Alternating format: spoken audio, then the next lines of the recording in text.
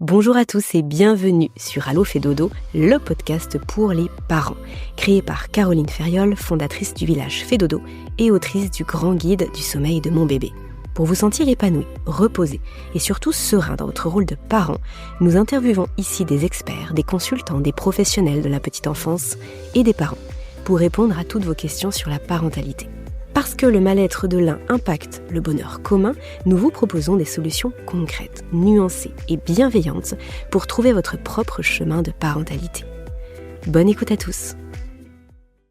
Caroline Ferriol, bonjour, bienvenue sur le podcast Fait Dodo. Caroline, je suis trop contente qu'on se retrouve aujourd'hui parce qu'on avait encore plein de choses à se dire suite au précédent épisode où on avait parlé des pleurs de bébé. On était un petit peu à l'étroit dans cet épisode pour pas qu'il soit trop long et qu'il reste digeste. Donc on a eu envie de faire une partie 2 et on te retrouve aujourd'hui, Caroline, pour parler des pleurs de bébé, mais avec un angle très spécifique. Je reprends mes notes ici sur les vérifications à faire lorsqu'il y a souffrance chez bébé, souffrance qui entraîne des pleurs, pour à la fois rassurer le parent, pour qu'il puisse avoir des solutions, savoir quoi faire. Alors, ce thématique, pour recontextualiser un petit peu, cette thématique autour des pleurs de bébé, elle arrive aujourd'hui à l'occasion de la sortie de ton deuxième livre, que tu as derrière toi, que je vais montrer un petit peu plus près ici, qui s'appelle « Mon bébé pleure beaucoup ». Voilà, que tu as écrit en collaboration avec la docteure Émilie Rouffle, qui est docteure en pharmacie et qui est consultante Fait Dodo avec toi dans l'équipe des consultantes. Et suite au premier livre que tu avais écrit, le grand guide du sommeil de mon bébé, tu as voulu aller plus loin sur la thématique des pleurs, qui est une thématique qui te parlait beaucoup. Et donc, ce livre est sorti, on enregistre ça, on est au tout début du printemps 2025, ce livre est sorti début d'année. Et donc, tu avais envie qu'on puisse, là, sur ce podcast, pour la communauté des parents qui nous écoutent, apporter des éléments qui pourront être creusés ensuite via ton livre, parce que ce sujet des pleurs, il est très angoissant chez le parent. Donc, pour vous, chers parents qui nous découvrez aujourd'hui, si vous n'avez pas écouté le premier épisode, je vous invite peut-être à l'écouter dans un premier temps et puis à profiter de celui-ci ensuite. Mais même si c'est pas le cas et que vous voulez continuer avec nous parce que vous êtes dans cette dynamique-là, c'est pas grave, vous pourrez y revenir après parce qu'on va développer vraiment une thématique très spécifique qui est la partie 3. Alors moi je me lasse pas de le dire, mais j'adore en fait le menu qui est là. Je trouve ça génial pour s'y retrouver sur la cover, en fait, je trouve ça trop bien. Et donc on va développer le sujet que toi tu as mis en avant dans cette troisième partie. Et alors ce qui est super intéressant, et après je termine cette grande introduction, c'est que dans cette partie-là, tu vas évoquer des choses du quotidien, tu vas parler de ce que tout parent, ce à quoi tout parent est confronté, le mouchage de bébé, est-ce qu'on prend un transat ou pas, quand est-ce qu'on couche bébé, enfin vraiment des choses, on passe forcément par là, mais tu vas aussi faire le grand écart avec des choses qu'on entend beaucoup moins, avec les problèmes de frein de langue, tu vas nous en parler, t'évoques même le microbiote, le baby yoga, enfin voilà des choses peut-être les parents vont découvrir aujourd'hui. Donc dans cet épisode, on va essayer de faire le lien un petit peu entre tout ça et voir ce que tu souhaites partager pour que le parent, dans son quotidien, il puisse souffler un peu, mieux comprendre bébé et puis avancer sereinement. Après cette grande introduction, Caroline, bonjour à toi, bienvenue. Et puis, je vais peut-être commencer par te demander dans quelle énergie tu viens dans cet épisode pour nous parler des pleurs de bébé aujourd'hui. Bonjour Aurélie, merci beaucoup pour cette grande introduction, mais qui est essentielle. Et ce livre, en effet, il comporte énormément il approfondit énormément de domaines. Et je pense qu'il faut au moins 2 podcasts pour en parler, si ce n'est plus, ce serait bien. L'énergie avec laquelle je suis aujourd'hui, je me sens très heureuse de venir approfondir tout ça, parce que ce que j'ai abordé dans ce second livre, ça, ça vient vraiment parler d'une souffrance très importante au sein des familles, qui parfois peut durer des mois, des années, lorsqu'on ne va pas trouver ce qu'il se passe pour son enfant, qui peut entraîner des troubles et des situations extrêmement problématiques. donner enfin ces solutions-là, même s'il m'a fallu 6 ans pour sortir ce livre, et venir l'expliquer, venir approfondir au maximum, venir donner ces informations, même à ceux qui ne détiennent pas ce livre, apporter encore des solutions, même si c'est pas forcément celles liées au sommeil spécifiquement, même si ça aide le sommeil, ça me met toujours en joie. Ça me donne beaucoup d'énergie. Donc merci Aurélie. Eh bien écoute, je te propose qu'on rentre dans le vif du sujet. Tu as souhaité dédier une partie complète dans ton livre sur sur des vérifications, donc qui sont au nombre de 7. Alors on les développera pas toutes aujourd'hui, pardon, parce que ce serait très long et puis ça vaut le coup d'aller se plonger dedans et de vraiment lire, mais on va en aborder certaines, donc des vérifications à faire lorsque bébé est en souffrance pour pourquoi? Tiens, je te pose la question. Est-ce que c'est pour se rassurer en tant que parent? Est-ce que c'est parce que c'est entre guillemets les premiers gestes à faire avant de poser la question à un professionnel? Comment tu l'as pensé? Alors, je l'ai pensé vraiment dans la même réflexion que celle dont je parlais dans le podcast précédent. Lorsque l'on est parent et qu'on a un bébé qui pleure ou qu'on imagine en souffrance, quand on vit quelque chose de compliqué avec cet enfant dont on ne comprend pas quelle va être la bonne réponse et la bonne solution, il y a énormément de choses qui peuvent intervenir. On a parlé des 3 grands piliers, hein, les 3 grandes roues, la dernière fois. Et puis autour de ces 3 grandes roues, en effet, il y a 7 petites roues qui sont toutes autant importantes. Et pour le parent, on peut très rapidement se perdre et se dire bon bah mon enfant a un RGO, ou bien mon enfant a une tension, ou bien mon enfant a un problème de succion, ou bien il a un problème de microbiote, et se mettre à prendre des rendez-vous multiples et variés avec des professionnels, et que même ces professionnels-là soient complètement perdus autour de tout ce que va leur raconter le parent, parce que le parent nage un petit peu dans un océan de données, de professionnels rencontrés, sans vraiment aller à la solution. Et j'ai vraiment conçu ce livre-là pour que ce soit comme un carnet de route pour l'enquêteur qui est le parent auprès de son enfant. Et que plutôt que de partir un peu partout en même temps, de s'épuiser, voire même de se perdre souvent, pour pas beaucoup d'apaisement au final, de pouvoir vraiment cibler très rapidement ce qui pose réellement problème là, dans cette situation, quelles sont les très grandes pistes qu'il va falloir creuser, avec quels professionnels, et comment est-ce qu'on les élimine aussi.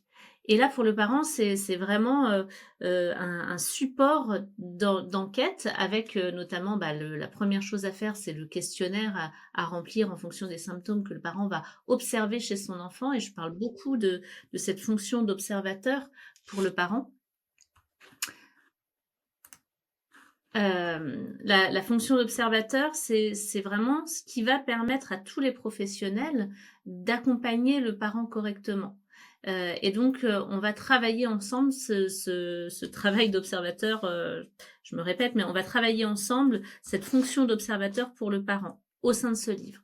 Et donc, on vient détailler les symptômes. L'ensemble des symptômes va pouvoir permettre aux parents de se diriger vers tel ou tel chapitre, telle ou telle vérification, soit les 3 grands piliers, mais de toute façon, les 3 grands piliers sont à regarder, c'est l'essence. Et à côté, éventuellement, je vais creuser 1 ou 2 vérifications, et puis une par une, l'une après l'autre. Après avoir vu que mon plus gros résultat, il se tourne vers, bon, je vais d'abord aller vérifier les tensions avec mon enfant. C'est un bébé allaité ou non, quel est le bon professionnel vers lequel me diriger. Et puis, je vais voir un professionnel. Et puis derrière, en fonction de ce qui s'est passé avec ce professionnel-là, et du coup de ce que je vois dans mon livre, eh bien, quelles sont les autres pistes qui vont être pour moi, si la situation n'est pas apaisée, pour quelle est la ficelle suivante à tirer. Et pas tirer toutes les ficelles en même temps, en fait, et pas se retrouver perdu. Et ça permet aussi aux parents de pouvoir comprendre que c'est systémique. Une problématique, c'est forcément systémique. C'est tout a un lien ensemble, tout est lié, mais que solutionner, par exemple, la succion uniquement, eh bien, ça va pas forcément solutionner, derrière, les tensions et le problème de succion peut revenir. Donc peut-être qu'à la base, c'était plutôt la tension qu'il fallait vérifier et peut-être qu'il fallait pas forcément, sectionner, ce frein de langue restrictif parce qu'en fait, cet enfant-là, bah, pareil, je reviens en plus aux origines, c'est une tension qui empêchait, que la langue puisse bien fonctionner, même si le frein avait l'air un peu court, en réalité, ça marche très bien pour cet enfant-là. Et de la même manière, bah, je vais pas résoudre tout de suite l'alimentation parce qu'en fait, à la base, c'était ce problème de succion qui était en jeu et à la base de ce problème de succion, c'était le problème de tension. Et c'est prendre les choses dans le bon ordre. Et ce livre-là est fait pour ça. Et est fait pour éviter bah, beaucoup d'erreurs de diagnostic et beaucoup de moments de désespoir et de vide pour le parent. Et lui donner les billes aussi pour discuter avec les professionnels de santé. Et non pas discuter en ayant lu une donnée par-ci par-là sur Internet ou sur un groupe Facebook qui ferait que le professionnel qui reçoit ce parent en face de lui se dise « Ah, mais voilà encore un parent influencé par telle ou telle doctrine », que le parent puisse vraiment venir avec des billes et avec de l'information nuancée sur chacun des sujets, que ce soit le RGO, que ce soit l'alimentation de son enfant, que ce soit toutes les étiquettes qu'on vient poser aussi sur les enfants, baby, etc., kiss, et que du coup presque la discussion puisse se faire, j'allais dire, d'égal à égal. Alors c'est compliqué en France, hein, le rapport égal à égal avec les professionnels de santé, mais en tout cas qu'il y ait un rapport entre le parent et le professionnel qui aille dans le sens du bien-être de l'enfant et de la famille et qui permette d'avancer. Et moins de frustration au sortir des rendez-vous. C'est plus ça. Moins de frustration au sortir des rendez-vous pour le parent notamment ou pour le professionnel qui aura eu certaines données qui ne lui servent pas à grand-chose et qui n'aura pas pu avoir par contre des données d'observation de la part du parent que le parent n'aurait pas fait parce que il n'était pas au courant. Mais oui, c'est ça, bien sûr. Bah, de toute façon, tout commence par la connaissance que les choses existent.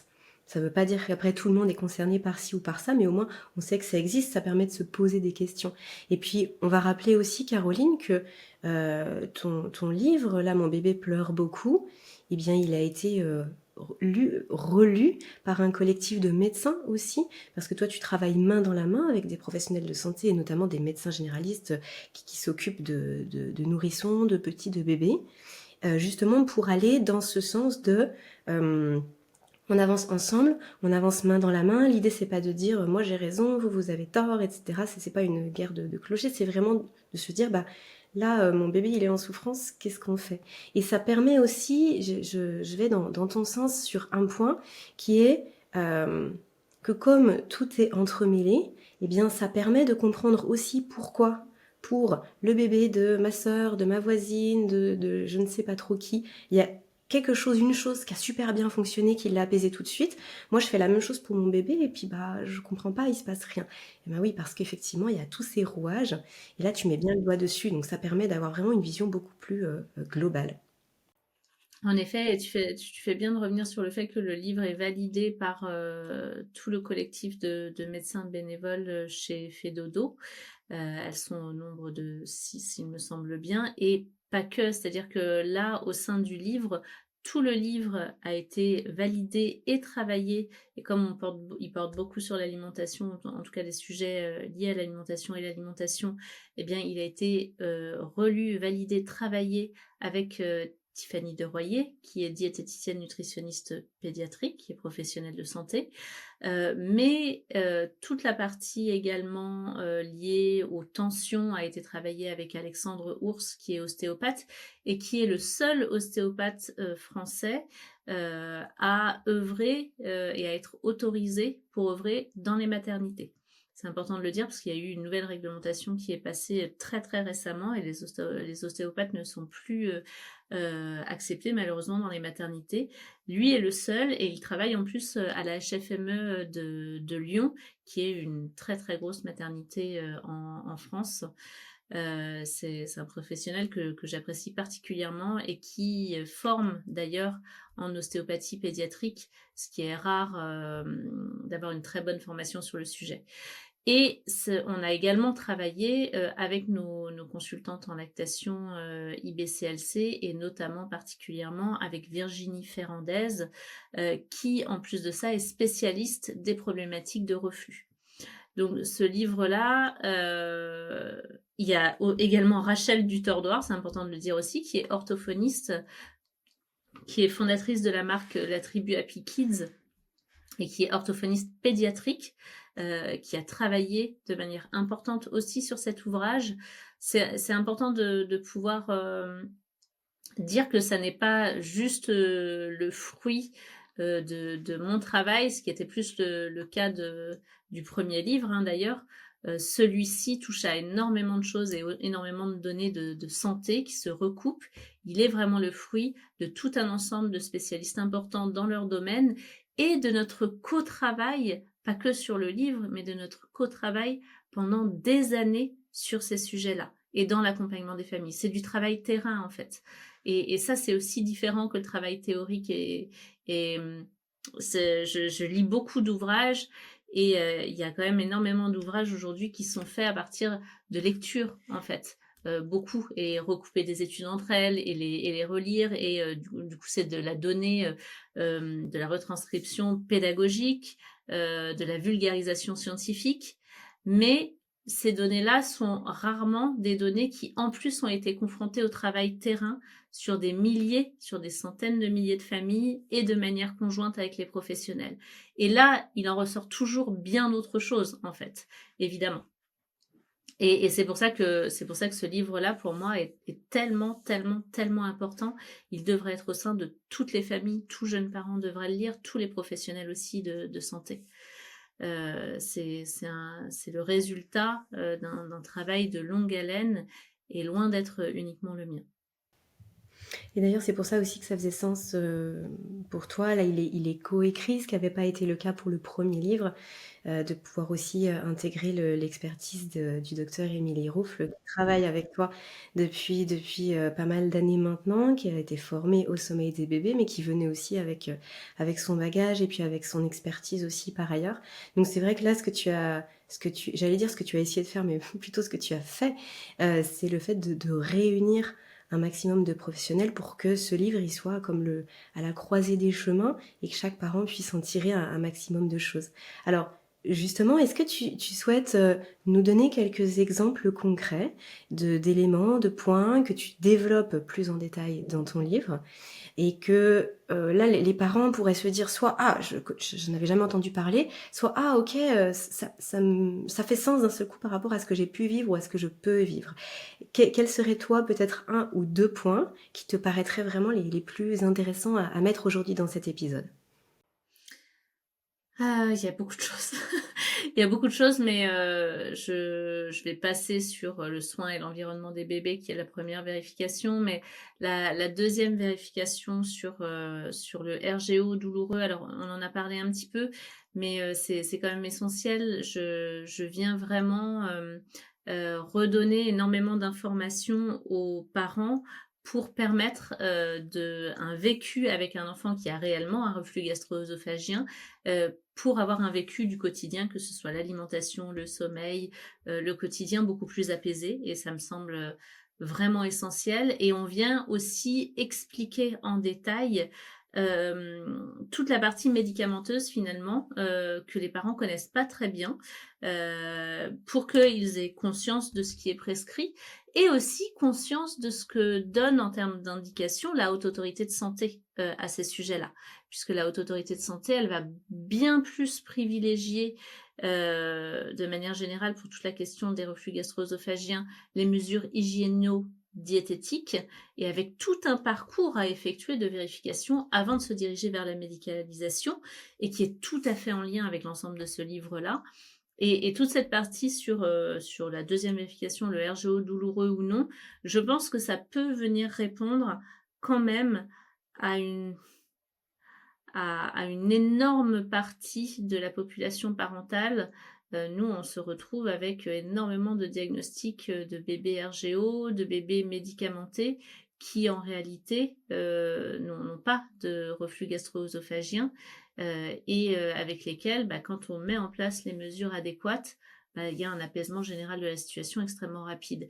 Et pas plus tard que hier, justement, hein, j'ai encore une maman qui m'a envoyé un message, je l'ai transmis sur Instagram, en me disant un grand merci pour son bébé de 3 mois, puisque le médecin a arrêté la médication, puisque après lecture du livre et la mise en place de beaucoup de choses, de rééquilibrage, eh bien, son bébé, en fait, n'avait pas de reflux.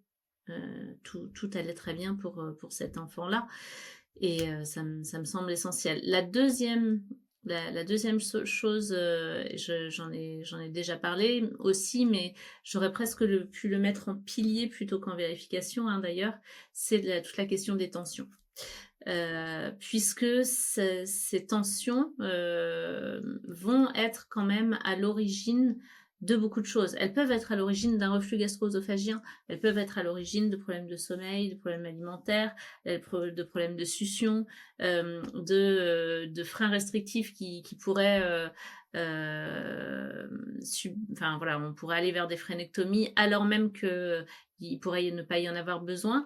C'est vraiment toute la question des tensions chez l'enfant et de comment je vais détecter s'il y a bien une tension et comment je vais pouvoir me diriger vers le bon professionnel pour que il puisse soulager mon enfant. Et comment je vais savoir si mon enfant a été soulagé ou pas, parce qu'il y a aussi une problématique de ce côté-là. Peut-être avant que tu ailles plus loin, est-ce que tu peux rappeler ce que tu mets derrière le terme tension? Pour là, les parents qui nous découvrent, qui peut-être voilà, viennent juste de devenir parents, peut-être que le terme tension est pas forcément très explicite.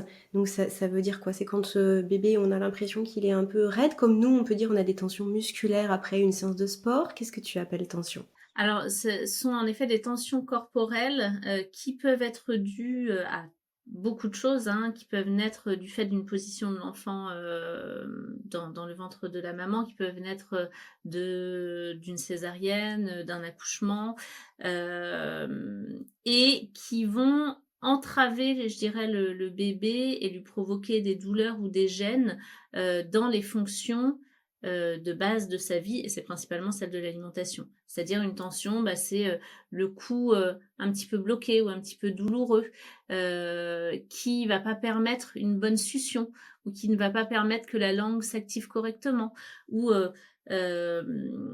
dans dans le corps, oui, une épaule qui fait mal, une hanche qui est mal positionnée, un corps en extension, du coup un bébé qu'on va retrouver en position en C, avec la tête en arrière, qui va avoir du coup tout son système digestif aussi qui est tout tendu. Et tout ça, ça va provoquer un inconfort général de l'enfant qui va augmenter son niveau de stress, qui va augmenter son niveau de tension et qui ne va pas lui permettre de pouvoir remplir les fonctions de base, le sommeil et l'alimentation correctement. Et donc, si j'arrive pas à me nourrir aussi bien que prévu, parce que j'ai pas dans mon corps toute la motricité bien libérée pour pouvoir le faire, je fais pas monter le lait si c'est un allaitement comme il faut, donc je manque d'alimentation ou j'arrive pas à téter la tétine du biberon, j'avale de l'air, ça va me provoquer des gaz, du reflux, des douleurs, des coliques, etc. Et c'est un cercle vicieux qui peut aller très très vite, simplement parce que bébé avait, comme vous, c'est pas forcément un torticolis, hein, c'est pas forcément quelque chose où on est vraiment complètement bloqué.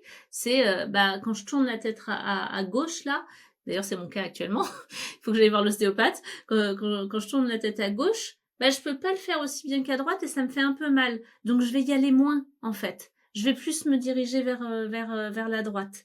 Et ça, ça va être un enfant qui va préférer cette position-là, et puis plus il va le faire, moins ce sera facile d'aller vers la gauche, plus il va être bloqué dans ses mouvements, et moins il têtera facilement peut-être le sein gauche, moins il arrivera à se déplacer, à prendre des bonnes positions dans son sommeil, plus il va se retrouver un peu tendu dans son corps parce que c'est pas agréable, et plus il va se retrouver fatigué, énervé, plus le quotidien de ce bébé-là va pas ressembler au quotidien d'un bébé apaisé. Et ça, on peut le voir parce que c'est des bébés aussi qui, sur leur visage, il y a toujours un petit peu de tension, c'est toujours un peu difficile. On a rarement un bébé, complètement apaisé ou qui, à la fin d'une tétée ou à la fin du biberon est tout tranquille, avec, les poings bien ouverts.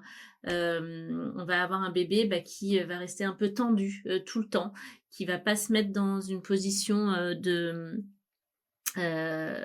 physiologique en fait, hein, qui va beaucoup sursauter, beaucoup avoir des réflexes de Moro. Je ne vais pas détailler tout parce que dans le livre, on a vraiment tous les détails des symptômes et je vous laisserai aller voir. D'ailleurs, toute cette partie-là a été écrite, hein, par Alexandre Ours. Euh, et de notre côté, dans l'approche systémique, on va vraiment se rendre compte que dans un très grand nombre de cas, l'origine, elle vient simplement de ça, en fait, d'une tension qui, lorsqu'elle est dénouée, eh bien, mon bébé se met à pouvoir bien s'alimenter, mon bébé se met à pouvoir bien dormir, mon bébé se met à aller mieux très rapidement sur l'ensemble de ses fonctions. Et puis en plus, ce qui est très intéressant, c'est de se rappeler que chez bébé, les choses, elles vont vraiment vite. Donc parfois, quand on arrive à identifier justement correctement, parce que on a une idée de ce qui se passe, une idée globale, et puis qu'on approfondit une piste, eh ben, très rapidement, on sent que les choses, elles s'apaisent. Ça s'apaise aussi dans le foyer, ça s'apaise pour la fratrie, ça s'apaise pour les parents.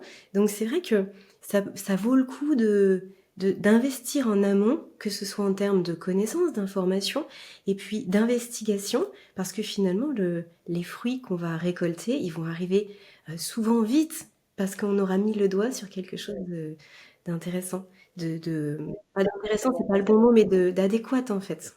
Ouais. Et je tiens à rappeler aussi que, alors, peut-être que je vais détecter que c'est l'origine pour mon bébé, c'est une tension, et que derrière, ça provoque des problématiques de succion et donc des problématiques de carence alimentaire. Il faut aussi savoir s'aider de béquilles l'espace d'un temps pour apaiser mon enfant. Parce que si là, mon enfant est hurlant constamment juste parce que, bah, en fait, on se rend compte avec sa courbe de poids, etc., que ça ne va pas, il n'a pas suffisamment à manger, bah, en attendant le rendez-vous avec l'ostéopathe, en attendant que ça se dénoue, que l'origine du problème, elle se dénoue, même si je l'ai trouvée, eh bien, je vais mettre tout en place aussi quand même pour que mon bébé puisse avoir suffisamment au niveau de son alimentation. Peut-être que je vais compléter mon bébé avec des biberons, je vais tirer mon lait, etc.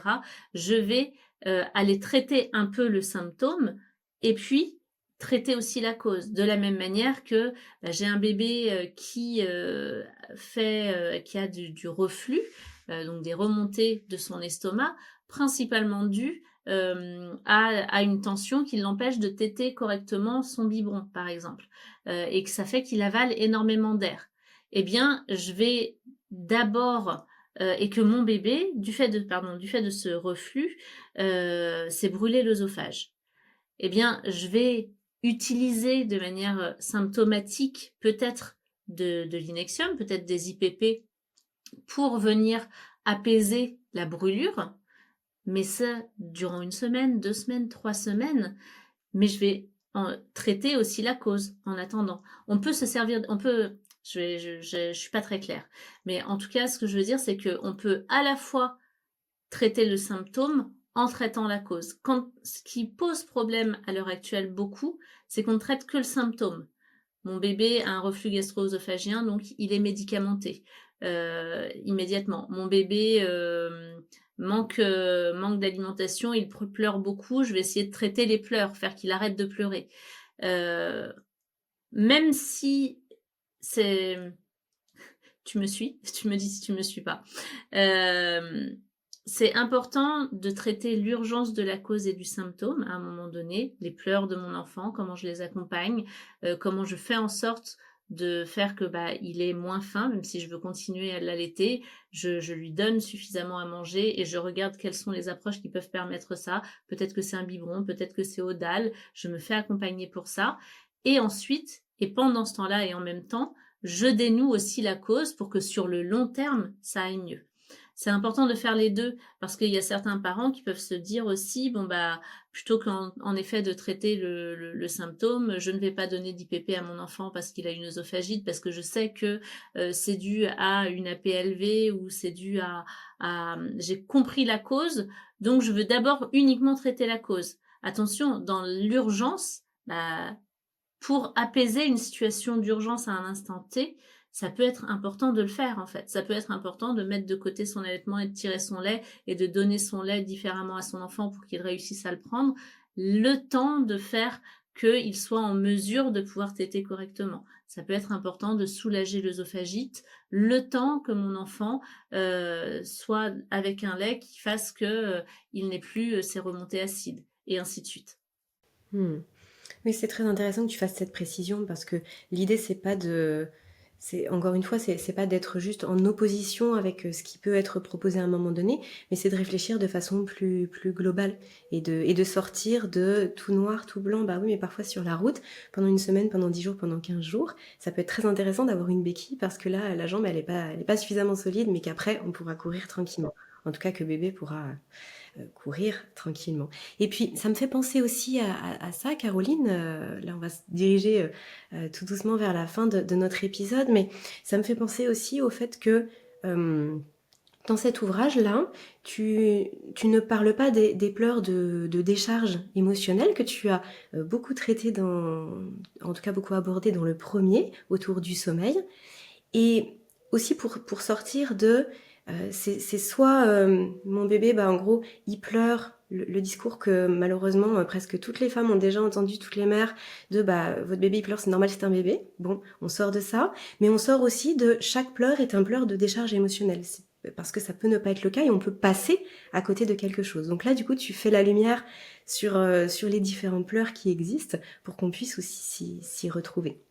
Est-ce que est-ce que tu veux nous dire un petit mot de la fin par rapport à cette partie-là, Caroline, avant qu'on conclue cet épisode ensemble?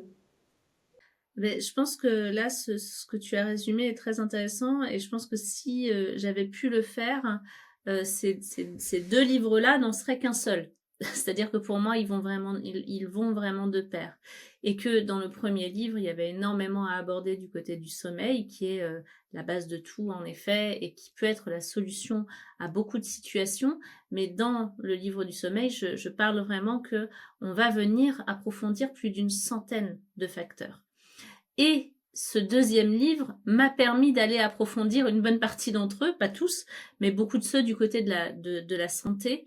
Et c'était essentiel pour moi de le faire parce que, en effet, c'est ce que tu dis, dans le premier livre, je parle beaucoup des pleurs de décharge. Je parle beaucoup du fait qu'il est normal d'avoir des émotions et qu'un bébé puisse avoir des émotions. Mais je rappelle aussi, et autant que possible, qu'il y a quand même énormément de choses qui peuvent avoir une influence sur le sommeil et sur l'équilibre autour du sommeil. De la même manière qu'il y a énormément de facteurs qui peuvent influencer l'alimentation et qui peuvent provoquer des troubles de l'alimentation. Et avec ce deuxième livre, c'est là où j'ai vraiment voulu aller plus loin parce que, en effet, tout ne se solutionne pas uniquement autour du sommeil et ou en tout cas les causes de problématiques de sommeil, tout comme les causes de problématiques d'alimentation, mais si on reste centré sur le sommeil, elles peuvent avoir des origines multiples qui peuvent nécessiter d'aller faire et d'aller travailler avec d'autres professionnels en parallèle. Et c'est bien pour ça que Fedodo, c'est un collectif pluridisciplinaire et qu'on travaille depuis des années ensemble. Hmm.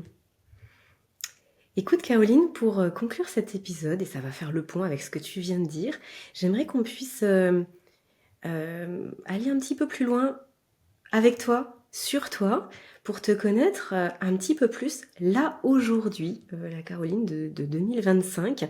Parce que le premier épisode, il a été super bien accueilli. Ça a vraiment beaucoup parlé aux parents. Donc je pense que ce deuxième épisode sera tout aussi bien accueilli. Et peut-être qu'il y a certaines personnes qui te découvrent aujourd'hui, peut-être au travers des réseaux, d'Instagram, où tu étais très présente, peut-être au travers de ces différents épisodes-là de podcast. Et qui se posent des questions sur toi. Alors écoute, je t'en ai préparé 3, un petit peu en surprise. Je t'ai laissé les découvrir. La première, Caroline, c'est là les 2 livres que tu as sortis. et donc notamment le dernier sur les pleurs qui est sorti cette année, 2025.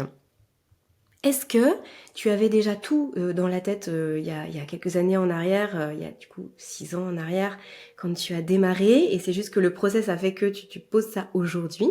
Ou est-ce qu'il y a plein de choses qui ont évolué pour toi? Comment tu as vécu cette évolution? Qu'est-ce qui a finalement le plus changé pour toi au cours des 6 dernières années?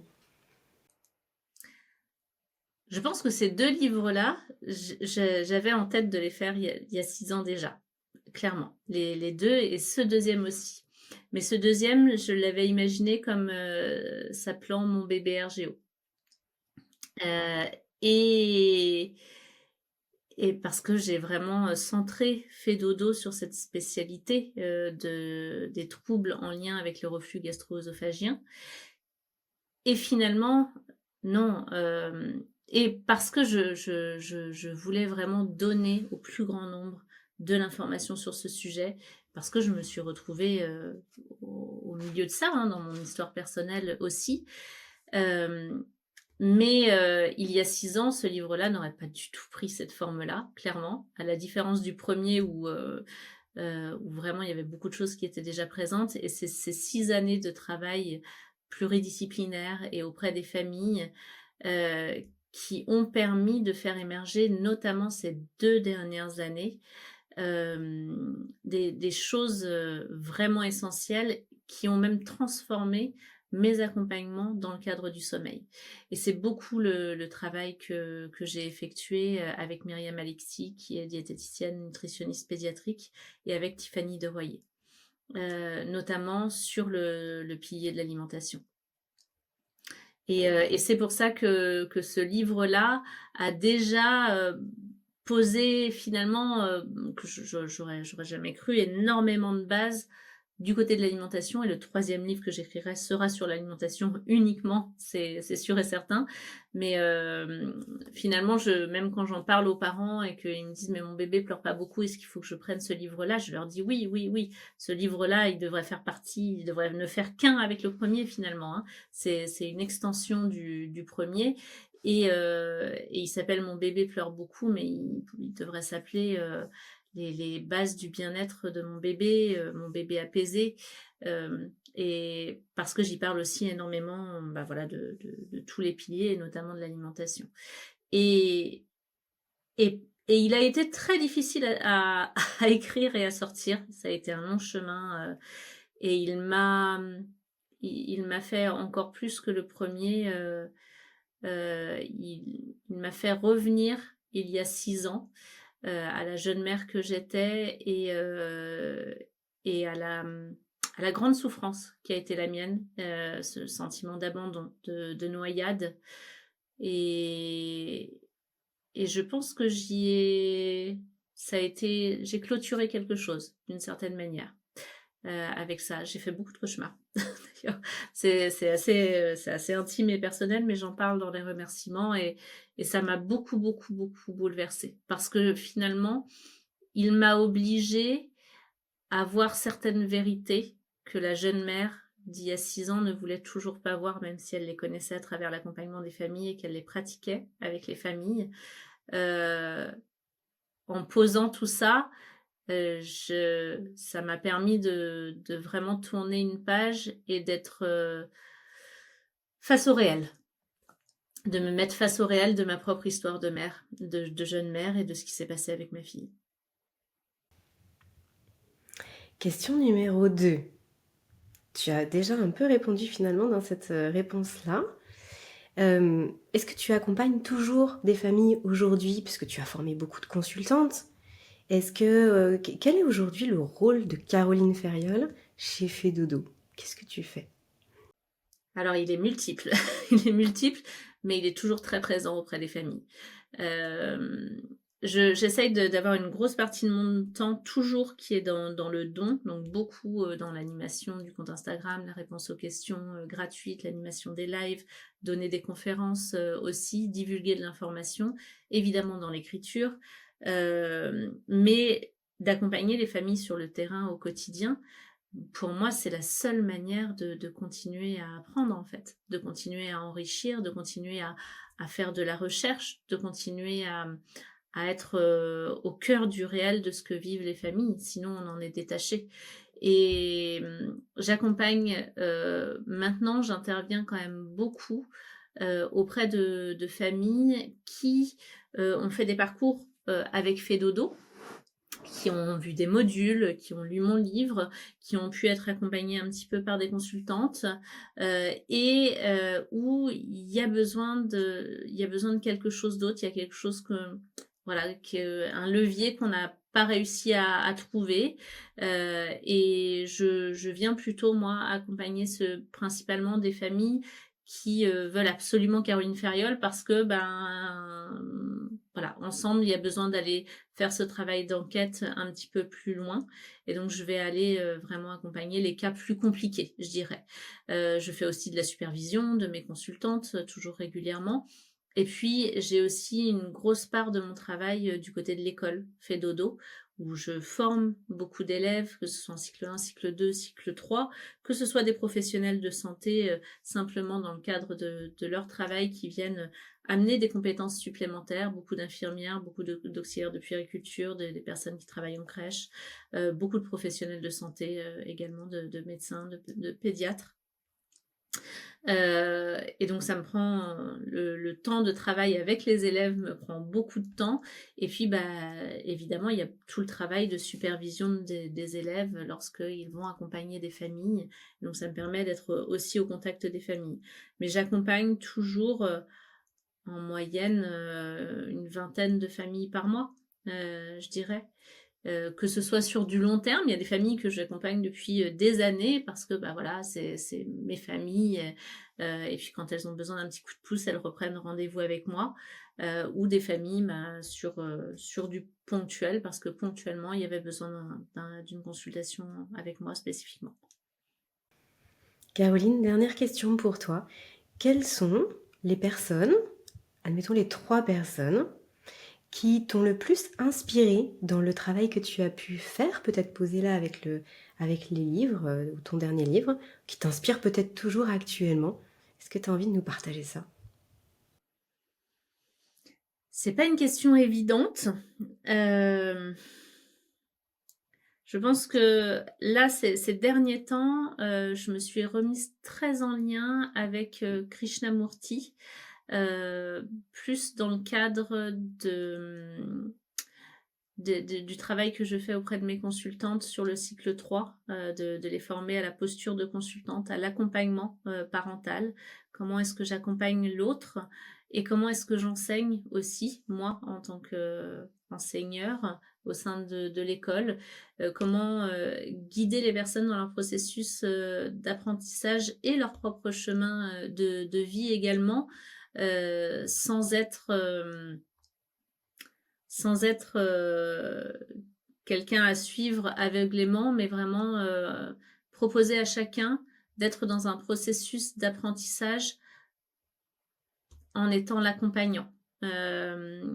Et leur permettre que chaque pas qu'ils font, que ce soit en tant que parent dans le devenir parent, ou que ce soit en tant que consultant dans le devenir consultante, que ce soit fait en pleine conscience, dans beaucoup de réflexions, de nuances, que ce soit un vrai chemin personnel et non pas Fedodo me dit ça donc je vais faire ça, Fedodo m'a enseigné ça donc je fais ce que Fedodo m'a dit. Donc Krishnamurti, et qui fait partie des auteurs avec lesquels j'ai travaillé en 2012, enfin sur des textes sur lesquels j'ai travaillé en 2012 pour me former moi-même. Et puis j'ai beaucoup été en lien avec les livres d'Eckhart Tolle aussi, je dirais cette dernière année, notamment aussi pour le travail du cycle 3, sur la posture de consultante, sur tout l'accompagnement aussi de la pleine conscience, de la présence à l'autre. Et la dernière personne, et je pense que ce sera toujours la même, je pense qu'elle figurera d'une certaine manière parmi toutes les personnes, la personne qui m'a le plus inspirée ces 6 dernières années, et peut-être toute ma vie, mais particulièrement aussi ces 6 dernières années, c'est ma mère. En devenant moi-même mère et aussi à travers la professionnelle qu'elle est, et dans la posture professionnelle qui est la sienne et sa manière d'accompagner l'autre, puisque c'est aussi son métier. Et je ressens combien tout ce qu'elle m'a transmis en tant qu'enfant et adolescente dans sa manière de communiquer avec moi et dans sa manière de me faire découvrir la vie, je ressens à quel point c'est quelque chose que je transmets à travers Fedodo et que je porte. Super beau mot de la fin, Caroline, merci beaucoup. Merci beaucoup pour t'être livrée comme ça avec nous. Les gens peuvent, peuvent aussi s'inspirer des choses qui ont été importantes pour toi. Si ce que tu leur proposes, ça leur parle, ça permet par ramification, arborescence, d'aller aussi chacun plus loin. Et c'est ce que tu disais, c'est ce que tu souhaites au travers de l'école Fedodo, mais pas que, pour que chacun puisse aller explorer un petit peu plus sur son chemin. Bah écoute, merci à toi de t'être prêté au jeu. Merci à toi pour ce deuxième épisode sur les pleurs de bébé qui, vraiment, j'en suis absolument certaine, va aider énormément de familles. D'ailleurs, n'hésitez pas, hein, je le répète très régulièrement sur le podcast, mais si ce que Caroline là vous partage sur le podcast, mais les autres intervenants et experts qu'on reçoit aussi, si ça vous parle, n'oubliez pas d'aller noter, n'oubliez pas d'aller commenter, de partager à des familles dans votre entourage pour que cette information puisse circuler, passer, et puis que vous soyez à chaque fois le véhicule aussi de la nuance, de l'information qui est clé pour un foyer apaisé. Donc vraiment, n'oubliez pas, c'est juste un petit clic pour vous, mais c'est très important pour qu'après le podcast, il soit vu, qu'il soit connu, qu'il soit bien diffusé, et puis que chacun puisse en avoir connaissance. Caroline, merci beaucoup. Je te souhaite une très belle suite de journée, puis plus largement une belle continuation là sur ce printemps pour toi et puis pour toutes les familles que tu accompagnes. Merci Aurélie. Belle journée à toi aussi. Cet épisode touche à sa fin, il est l'heure de se quitter, mais pas pour très longtemps. On se donne rendez-vous très bientôt avec de nouveaux invités. Pour retrouver l'ensemble des experts du village Fedodo, c'est sur fedodo.fr que ça se passe, comme une fée et comme un dodo. Les liens d'accès à l'ensemble du contenu qu'on vous propose est en bas dans la description du podcast. Vous appréciez le contenu que nous vous proposons sur Allo Fedodo ? Alors dites-le nous, sous forme de commentaires, de partages ou de petites étoiles.